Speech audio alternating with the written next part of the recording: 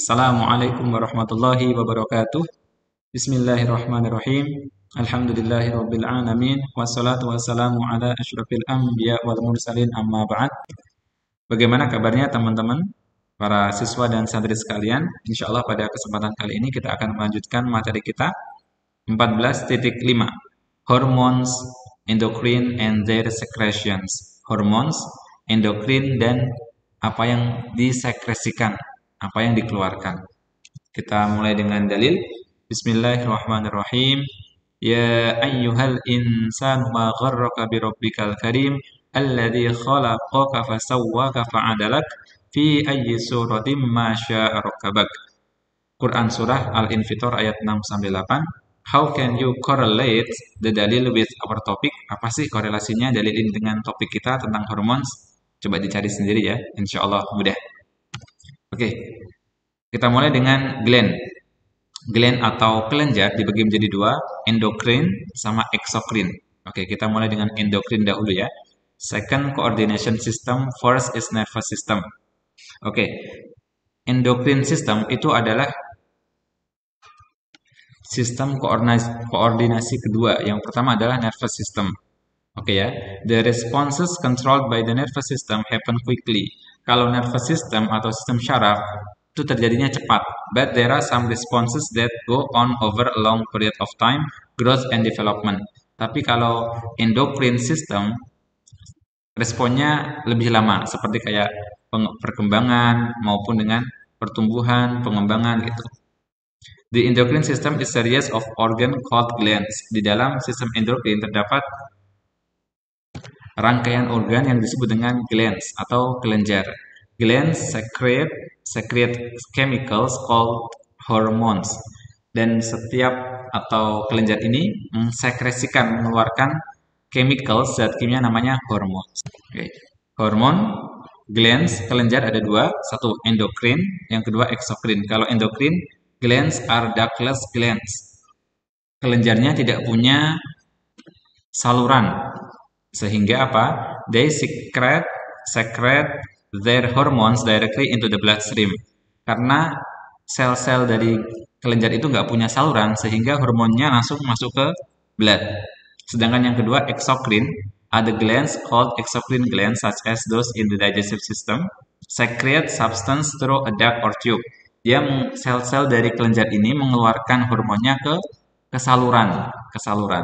Biasanya ini nanti di digestif seperti di lambung mengeluarkan kelenjar gastrin, mengeluarkan hormon gastrin, sedangkan yang di sini seperti hormon insulin. Kalau di endokrin gitu ya.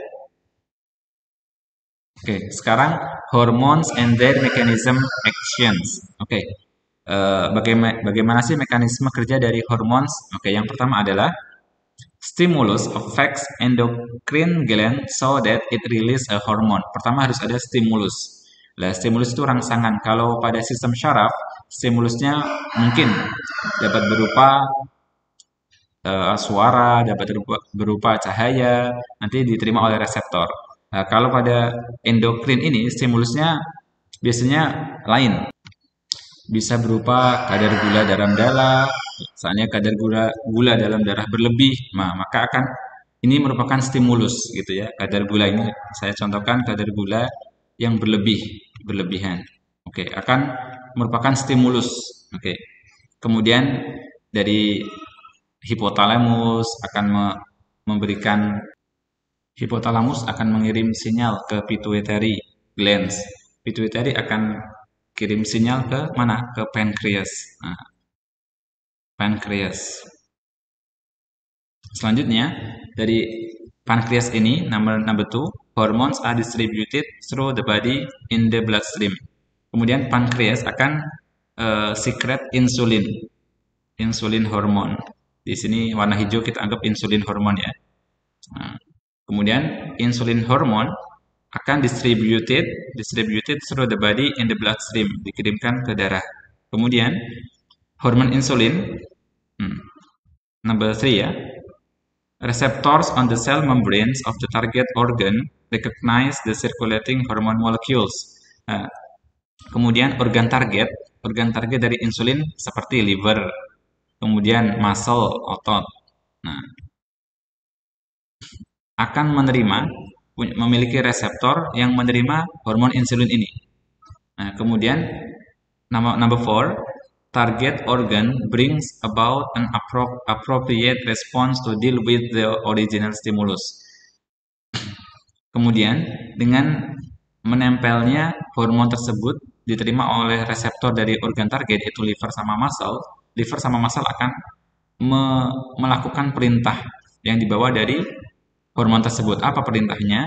Yaitu mengubah glukosa, karena di dalam tubuh glukosanya berlebih, akan merubah glukosa menjadi glikogen.